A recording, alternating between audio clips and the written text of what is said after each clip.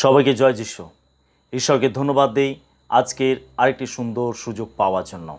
আর এই সুন্দর সময় প্রভু যিশুর নামে সমস্ত বিশ্বাসীদেরকে আমি স্বাগত জানাই।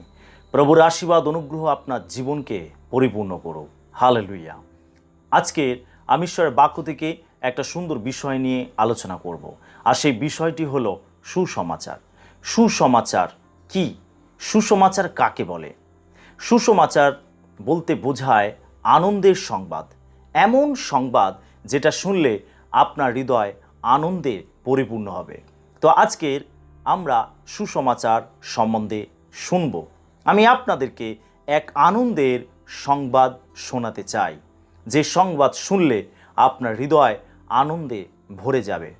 প্রথমে আমি দুটো প্রশ্ন করতে চাই, যে প্রশ্নের দ্বারা এই বিষয়টি আমাদের বুঝতে সাহায্য করবে। প্রশ্নটি খুবই চিত্তাকর্ষক। আপনি বলুন তো, আপনি কি আপনার আত্মিক জীবনে এমন স্থানে এসে পৌঁছেছেন যখন আপনি নিশ্চিত রূপে বলতে পারেন, যদি আজ আপনি মরতেন তাহলে স্বর্গে যেতেন? হয়তো প্রশ্নটা শুনে আপনি হয়তো দুঃখ পেতে পারেন। প্রশ্নটা শুনে হয়তো আপনি আমাকে ভুল বুঝতে পারেন। না, আমি ঈশ্বরের কাছে প্রার্থনা করি যেন ঈশ্বর আপনাকে দীর্ঘ আয়ু দিয়ে তৃপ্ত করেন। এই প্রশ্নটি আমাদেরকে বুঝতে সাহায্য করবে আজকের আলোচনার বিষয়টি। আর সেই জন্য আমি আপনাকে প্রশ্ন করতে চাই যে আপনি কি আপনার আত্মিক জীবনে এমন স্থানে এসে পৌঁছেছেন যখন আপনি নিশ্চিত হয়েছেন যে আজকে যদি আপনাকে মরতে হয় তাহলে আপনি স্বর্গে যাবেন? আপনি কি নিশ্চিত এ বিষয়ে? আপনি একবার গভীরভাবে ভাবুন। এই প্রশ্নটি নিয়ে আপনি মনের মধ্যে একটু ধ্যান করুন, চিন্তা করুন যে আপনি যদি আজকের মারা যান, আপনি কি স্বর্গে যাবেন? আমার মনে হয় এই বিষয় আমাদের অনেকের সুনিশ্চিত ধারণা নেই, কিন্তু এটা জানা সম্ভব। এটা বাইবেল থেকেই আমরা জানতে পারি। যদি আপনি প্রথম যোহন 5:13 পড়েন, সেখানে লেখা আছে, তোমরা যাহারা ঈশ্বরের পুত্রের নামে বিশ্বাস করিতেছ, আমি তোমাদিগকে এই সকল কথা লিখিলাম যেন তোমরা জানিতে পারো যে তোমরা অনন্ত জীবন পাইয়াছ। বাইবেল এই জন্য লেখা হয়েছে যেন আমরা সেটা পড়ে জানতে পারি যে আমরা অনন্ত জীবন পেয়েছি। দ্বিতীয় প্রশ্ন আমি করতে চাই, মনে করুন আজ আপনি মারা গেলেন আর আপনাকে ঈশ্বরের সামনে দাঁড়াতে হলো ও তিনি প্রশ্ন করলেন, আমি কেন তোমায় স্বর্গে আসতে দেব? আপনি কি উত্তর দেবেন? ধরুন আজকের আপনি মারা গেলেন, আপনি স্বর্গেতে গেলেন। ঈশ্বর আপনাকে জিজ্ঞাসা করলেন যে আমি তোমাকে কেন স্বর্গে আসতে দেব? আপনি কি উত্তর দেবেন? আমার মনে হয় এই বিষয়ে আমাদের অনেকের গভীর প্রস্তুতি নেই, কিন্তু চটজলদি আপনার মনে কেমন উত্তর আসবে? আপনার মতে আপনি কি বলতেন? আপনি হয়তো বলতেন, আমি সবচেয়ে ভালো কাজ করতে চেষ্টা করেছি, আমি অনেক দান করেছি, অনেক তীর্থস্থানে ঘুরেছি, আমি 10 আজ্ঞা পালন করেছি, ইত্যাদি ইত্যাদি। হয়তো এগুলোই আপনি ঈশ্বরকে বলবেন। কিন্তু স্বর্গকে কেউ কিনতে পারে না। আপনি যত ভালো ভালো কাজ করেছেন সেটা ভালো, কিন্তু আপনি ভালো কাজ করার মাধ্যমে আপনি এটা ভাববেন না যে আপনি স্বর্গকে কিনে নিয়েছেন। আপনি আমাকে ভুল বুঝবেন না বিশ্বাসী, বা বাইবেলকে আপনি ভুল বুঝবেন না। বাইবেল আমাদেরকে ভালো কাজ করতে বলে। বাইবেল বলে যে সৎকর্ম করিতে জানে অথচ না করে তাহার পাপ হয়। বাইবেল আমাদেরকে ভালো কাজ করতে বলে, কিন্তু স্বর্গ পাওয়ার ব্যাপারে, স্বর্গেতে যাওয়ার ব্যাপারে, অনন্ত জীবন লাভ করার ব্যাপারে যদি আপনি ভাবেন যে আমি ভালো ভালো কাজ করেছি মানে স্বর্গ আমার পকেটে, বা আমি স্বর্গকে কিনে ফেলেছি, না, স্বর্গ কেউ কিনতে পারে না। স্বর্গ ঈশ্বর অনুগ্রহপূর্বক তিনি আমাদেরকে দিয়েছেন, আমাদের কাজের দ্বারা নয়, কিন্তু ঈশ্বর অনুগ্রহ করে তিনি স্বর্গ বা অনন্ত জীবন আমাদেরকে দিয়েছেন। স্বর্গ হলো এক অমূল্য উপহার। উপহার, ঈশ্বর স্বর্গরাজ্য অনন্ত জীবন তিনি উপহার রূপে আমাদেরকে দিয়েছেন। উপহার তো যদি আপনাকে কেউ দেয় সেটা তো অনুগ্রহ করে দেয়, সেটা তো ভালোবেসে দেয়, সেটা তো বিনামূল্যে দেয়। ঈশ্বর অনুগ্রহ করে তিনি স্বর্গরাজ্য আমাদেরকে দিয়েছেন উপহার স্বরূপ। এটি অর্জিত বা প্রাপ্ত বিষয় নয়। কেউ স্বর্গকে অর্জন করতে পারে না, অনন্ত জীবনকে কেউ অর্জন করতে পারে না। আমরা অনেকে আছি যারা এটা ভাবি, যদি আমাকে স্বর্গে যেতে হয় তাহলে আমাকে তা অর্জন করতে হবে, আমাকে যথেষ্ট ভালো মানুষ হতে হবে, ভালো কাজ করতে হবে। কিন্তু আপনি এটা জেনে অবাক হবেন যে স্বর্গ পুরোপুরি বিনামূল্যে দেওয়া এক অমূল্য উপহার। ঈশ্বর বিনামূল্যে তিনি স্বর্গ রাজ্য তিনি দিয়েছেন, তিনি অনুগ্রহ করে তিনি আমাদেরকে দিয়েছেন, একেবারে বিনামূল্যে তিনি আমাদেরকে তা দিয়েছেন। আমাদেরকে এটা অর্জন করতে হয়নি, কেউ স্বর্গ রাজ্যকে অর্জন করতে পারে না, বা এটা প্রাপ্ত বিষয় নয় যে আপনি স্বর্গরাজ্যকে কিনবেন, এটা কখনো কেউ করতে পারে না। এটা পুরোপুরি বিনামূল্যে দেওয়া এক অমূল্য উপহার। এটা অর্জিত বা প্রাপ্ত বিষয় নয়, এটি বিনামূল্যে পাওয়া যায়।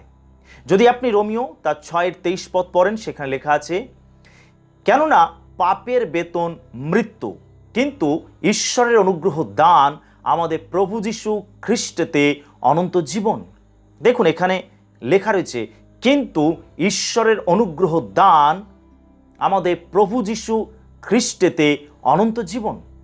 ঈশ্বরের অনুগ্রহ দান যীশু খ্রিস্টের দ্বারা আমাদেরকে অনন্ত জীবন, আর এটাই হলো ঈশ্বরের অনুগ্রহ দান, যেটা খ্রিস্টের মাধ্যমে তিনি আমাদের সবাইকে তা দিয়েছেন, অনুগ্রহ করে ঈশ্বর দিয়েছেন। হালেলুয়া। এটাকে আমাদের অর্জন করতে হয়নি, বা এটাকে পাওয়ার জন্য আমাদেরকে অনেক ভালো ভালো কাজ করতে হবে, অনেক তীর্থস্থানে যেতে হবে, অনেক দান ধ্যান করতে হবে, অনেক ভালো মানুষ হতে হবে, তবেই আমি স্বর্গকে অর্জন করতে পারবো না। বাইবেল বলে যে ঈশ্বর যীশু খ্রিস্টের মাধ্যমে আমাদেরকে অনুগ্রহপূর্বক তিনি এই অনন্ত জীবন দিয়েছেন। হালেলুয়া। অনন্ত জীবন ঈশ্বরের দান। বিষয়টা কি বিস্ময়কর নয়? কি অবাক করা বিষয় নয় যে একেবারে বিনামূল্যে ঈশ্বর তিনি অনন্ত জীবন আমাদেরকে দান করেছেন। হালেলুয়া।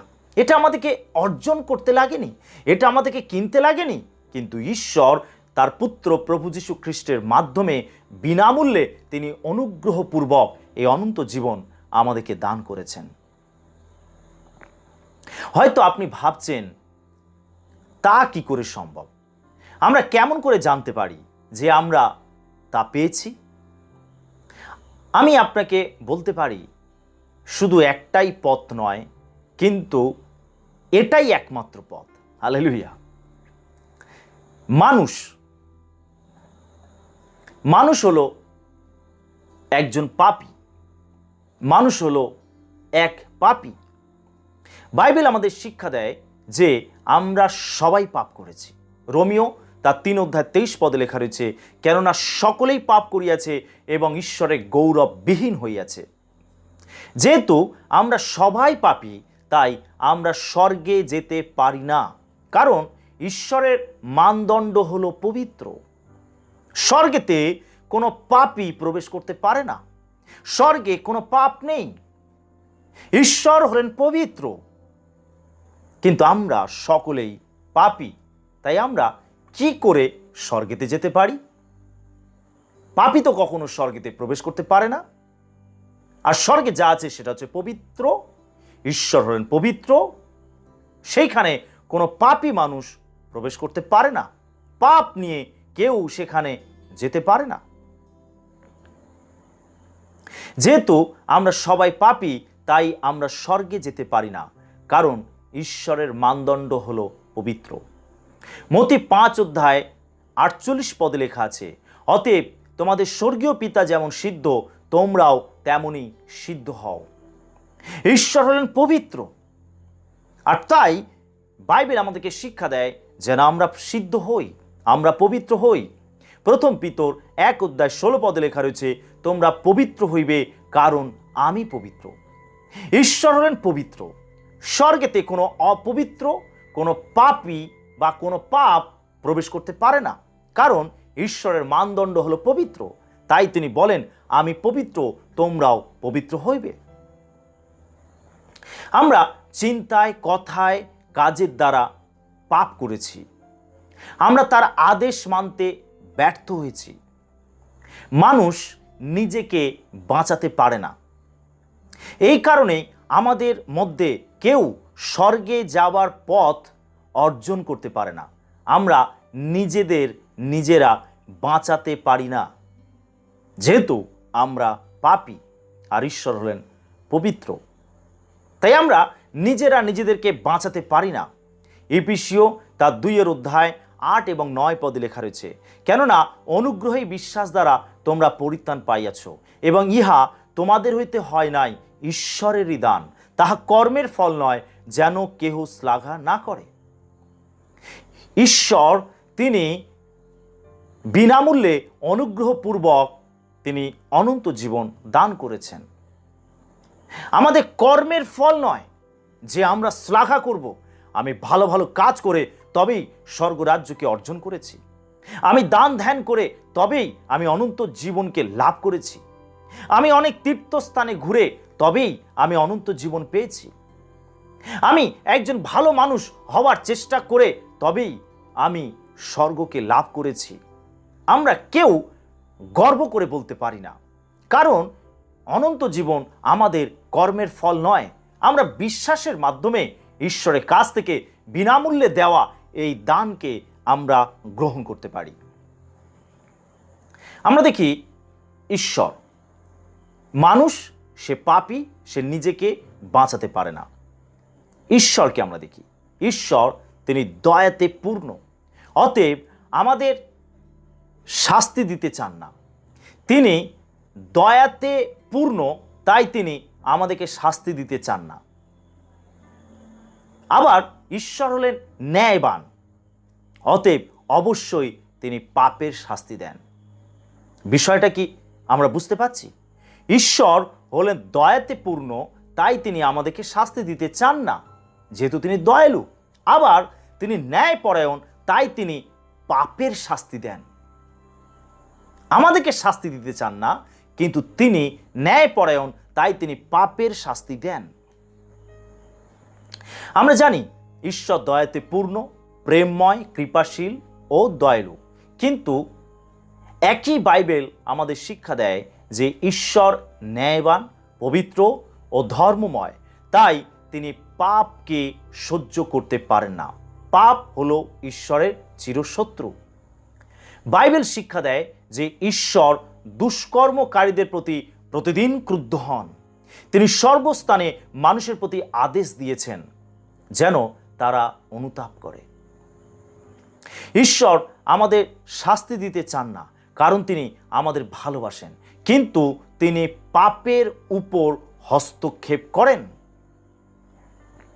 তাহলে এখন এই উভয় সংকটের সমাধান কি হবে? একদিকে তিনি দয়ালু, তিনি আমাদের শাস্তি দিতে চান না, আবার অপরপক্ষে তিনি ন্যায়বান, তাই তিনি পাপের শাস্তি দেন। এই উভয় সংকটময় অবস্থার সমাধান কি? ঈশ্বর তার অনন্ত জ্ঞানে এক সমাধান তিনি বের করেছেন। ঈশ্বর পৃথিবীতে তার পুত্রকে পাঠালেন যেন তিনি মানুষের পক্ষে এই সমস্যার সমাধান করেন। যীশু খ্রিস্ট, ঈশ্বরের পুত্র যীশু খ্রিস্ট, তিনি কে? তিনি হলেন অনন্ত ঈশ্বর মানব। বাইবেল অনুযায়ী যীশু খ্রিস্টই হলেন ঈশ্বর, ত্রিত্বের দ্বিতীয় ব্যক্তি সত্তা, বিশ্বের সৃষ্টিকর্তা।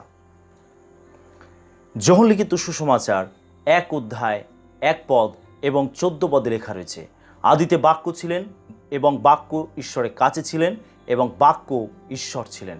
14 পদে লেখা রয়েছে, আর সেই বাক্য মাংসে মূর্তিমান হইলেন, আমাদের মধ্যে প্রবাস করিলেন, আর আমরা তাহার মহিমা দেখিলাম, যেমন পিতা হইতে আগত এক জাতের মহিমা, তিনি অনুগ্রহে ও সত্যে পূর্ণ। তিনি তৃতীয় ঈশ্বরের দ্বিতীয় ব্যক্তি সত্তা, তিনি সৃষ্টিকর্তা, তিনি বাক্যরূপে ঈশ্বরের কাছে ছিলেন এবং তিনি এই পৃথিবীতে আসলেন, মানুষের রূপ ধারণ করলেন, রক্ত মাংসের দেহ তিনি ধারণ করলেন, আর তাকেই আমরা বলছি যিশু। তিনি এই জগতে এসে কি করলেন? তিনি আমাদের পাপের জন্য মূল্য দিলেন ও আমাদের জন্য স্বর্গ কিনলেন, যা দান রূপে আমাদের তিনি দিয়েছেন। হালেলুয়া। তিনি মহা লেনদেনের কাজ করলেন। কল্পনা করুন, আমার হাতে রাখা এই বইটি 1 মিনিটের মধ্যে আমাদের জীবনের পূর্ণ বিবরণ ব্যক্ত করে। আমরা কি করেছি, আমাদের সমস্ত পাপ, আমাদের সমস্ত চিন্তা, আমাদের সমস্ত মনোভাব, আমাদের গোপনে কৃত সমস্ত কাজ এই পুস্তকে লিপিবদ্ধ আছে। ধরে নিন যে এই পুস্তকটির মধ্যে আমাদের জীবনের খুঁটিনাটি সমস্ত মন্দ বিষয় লিপিবদ্ধ আছে। বাইবেল বলে একদিন এই পুস্তকটি খোলা হবে ও আমাদের সম্বন্ধে সবাই জানতে পারবে। সেই দিন অনেকের মুখ রক্তবর্ণ হবে। এটা নিশ্চিত, এই পুস্তকে লিপিবদ্ধ বিষয় অনুযায়ী যদি কারোর জীবন বিচারিত হয় তাহলে তার শাস্তি হবে। আমাদের সমস্যা হলো আমাদের পাপ। আমাদের সব থেকে বড় সমস্যা হলো আমাদের পাপ। এক বড় বোঝারূপে আমাদের স্কন্ধে পাপ আছে। এই কারণে আমরা স্বর্গের বাইরে থাকি। ঈশ্বরের কাছে যেতে এটি আমাদের বাধা দেয়। যোহন 1:29 পদে লেখা আছে, পরদিন তিনি যিশুকে আপনার নিকটে আসিতে দেখিলেন, আর কহিলেন, ওই দেখো ঈশ্বরের মেষশাবক, যিনি জগতের পাপভার লইয়া যান। যিশু ঈশ্বরের মেষশাবক হয়ে আমাদের পাপ নিজের উপর তুলে নিলেন। যিশাইয় 53:6 পদে লেখা আছে, আর সদাপ্রভু আমাদের সকলকার অপরাধ তাহার উপরে বর্তাইয়াছেন। আমার অন্য হাতটি ধরে নিন যিশু, এই হাতটি ধরে নিন যিশু, আর এই বইটি হলো আমাদের জীবনের পাপ। এখানে সব কিছু লিপিবদ্ধ আছে, আমাদের পাপ। বাইবেল বলে ঈশ্বর আমাদের সমস্ত পাপ যিশুর উপরে রাখলেন। ঈশ্বর আমাদের পাপের সমস্ত ক্রোধ যিশুর উপরে বর্ষণ করলেন। আমাদের স্থানে যিশু এলেন ও আমাদের বিকল্প রূপে তিনি আমাদের পাপের জন্য মূল্য দিলেন। যদি এটা যিশু হয়, আমরা ধরে নিই আমরা এই হাতটি যিশু, আর এটা হলো আমাদের জীবনের পাপ। আর বাইবেল বলছে ঈশ্বর আমাদের সমস্ত পাপ যিশুর উপরে রাখলেন। তার মানে এই পাপটাকে যিশুর উপরে রাখা হলো আর আমরা মুক্ত হলাম। হালেলুয়া। এখন যিশু তিনি এই জগতে আসলেন আর তিনি আমাদের পাপ নিজের উপর তুলে নিলেন। আমাদের অন্যায়, অপরাধ, আমাদের অধার্মিকতা, আমাদের ঘৃণ্য কাজকর্ম, যেটা আমাদেরকে ঈশ্বরের কাছে যেতে বাধা দেয়, যেটা স্বর্গে যেতে বাধা দেয়, যেটা ঈশ্বরের মানদণ্ড নয়, যেটা হলো ঈশ্বরের শত্রু, যেটা ঈশ্বর এবং আমাদের মাঝখানে প্রাচীর তৈরি করে, ঈশ্বর থেকে বিচ্ছিন্ন করে, আর ঈশ্বর সেই পাপ যিশুর উপরে রাখলেন। হালেলুয়া। আমাদের স্থানে যিশু এলেন এবং আমাদের বিকল্প রূপে তিনি আমাদের জন্য মূল্য দিলেন। তিনি এই জন্য এই জগতে আসলেন, আমাদের পাপের বোঝা তিনি বহন করলেন। হালেলুয়া! কি চমৎকার বিষয়! আমি বিশ্বাস করি বিষয়টা আপনি বুঝতে পারছেন। যোহন 14:2 লেখা রয়েছে, আমার পিতার বাটিতে অনেক বাসস্থান আছে, যদি না থাকিত তোমাদেরকে বলিতাম, কেননা আমি তোমাদের জন্য স্থান প্রস্তুত করিতে যাইতেছি। যিশু তিনি আমাদের পাপের বোঝা তুলে নিলেন এবং তিনি মৃত্যুবরণ করলেন, এবং তিনি আমাদের পাপের বোঝা তুলে নিয়ে তিনি মৃত্যুবরণ করে তিনি কি করলেন? স্বর্গে আমাদের জন্য জায়গা কিনলেন, যেন আমরা সেখানে যেতে পারি, যেন আমরা অনন্ত জীবন লাভ করতে পারি। তিনি সেই জায়গাকে কিনলেন, তিনি সেই জায়গাকে প্রস্তুত করলেন তার জীবনের বিনিময়। আমাকে আপনাকে কিছু করতে হয়নি, কিন্তু যিশু আমাদের পাপের বোঝা নিজে তুলে নিয়ে তিনি আমাদের জায়গায় মারা গেলেন। কি চমৎকার বিষয়! হালেলুয়া! ঈশ্বরে গৌরব করি। প্রিয় ভাই বোন, আশ্চর্যজনক বিষয় এই যে খ্রিস্ট স্বর্গে আমাদের জন্য এই স্থান কিনেছেন, যা এক দান রূপে বিনামূল্যে আমাদের দিয়েছেন। ঈশ্বরের দান অনন্ত জীবন। হালেলুয়া! বিশ্বাস। বিশ্বাস কি? ইফিসীয় 2:8 লেখা রয়েছে, কেননা অনুগ্রহে বিশ্বাস দ্বারা তোমরা পরিত্রাণ পাইয়াছ। বিশ্বাস, বিশ্বাস বলতে অনেকে বোঝেন এটা যে যিশু ছিলেন, মরলেন ও পুনরুত্থিত হলেন। দিয়াবলও এইভাবে বিশ্বাস করে, কিন্তু সেইভাবে কাজ হয় না। অন্য লোকেরা মনে করে যে খ্রিস্টে তাদের বিশ্বাস আছে, কিন্তু আপনি যদি তাদের প্রশ্ন করেন বিশ্বাসের অর্থ কি, তারা বলবেন জীবন চলার জন্য কেবল খ্রিস্টে আস্থা রাখা, যেমন স্বাস্থ্য, তাদের ছেলেমেয়ে, তাদের অর্থ, তাদের চাকরি ইত্যাদি ইত্যাদি। কেবল এই জগতে এইগুলি পাওয়ার জন্য তারা খ্রিস্টে আস্থা রাখে, আর এটাকেই তারা বিশ্বাস বলে। বিশ্বাস কি? পরিত্রাণ পাওয়ার জন্য কেবল খ্রিস্টে আস্থা রাখা। অনন্ত জীবন পাওয়ার জন্য আমাদের খ্রিস্টে আশা রাখতে হবে। আপনাকে খ্রিস্টে আস্থা রাখতে হবে অনন্ত জীবন পাওয়ার জন্য। তিনি যে আপনার জায়গায় মারা গেছেন, তিনি যে আপনার পাপের বোঝা তুলে নিয়েছেন, এটা আপনাকে বিশ্বাস করতে হবে। কেবল অ্যাপেন্ডিসাইটিস অপারেশন করতে বা নিরাপদে আমাদের আমেরিকায় নিয়ে যেতে খ্রিস্ট এই পৃথিবীতে আসেননি, কিন্তু আমাদের স্বর্গে নিয়ে যেতে খ্রিস্ট এই জগতে এলেন, যেন আমরা অনন্ত জীবন পাই। আমাদের পরিত্রাণের জন্য কেবল খ্রিস্টে আস্থা রাখাটাই হলো বিশ্বাস। আমরা নিজের উপরে আস্থা রাখবো না, কিন্তু অনন্ত জীবন পাওয়ার জন্য খ্রিস্টের উপরে আমরা আস্থা রাখব। এটাই হলো সুসমাচার যে যিশু তিনি ঈশ্বর মানব, তিনি আমাদের জন্য মরলেন এবং তিনি আমাদেরকে স্বর্গেতে নিয়ে যাওয়ার জন্য তিনি পথকে প্রস্তুত করলেন। মৃত্যুকে জয় করে বেঁচে উঠে তিনি স্বর্গে যাওয়ার পথকে তিনি প্রস্তুত করলেন, আর অনন্ত জীবন পাওয়ার জন্য কেবল তার উপরেই আস্থা রাখা। হালেলুয়া! আমি বিশ্বাস করি আপনি বিষয়টি বুঝতে পেরেছেন। যদি আপনি অনন্ত জীবন পেতে চান, তাহলে শুধু খ্রিস্টের উপরে আপনাকে আস্থা রাখতে হবে। আর এটাই হলো সুসংবাদ, এটাই হলো সুসমাচার যে আপনি অনন্ত জীবন পেয়েছেন।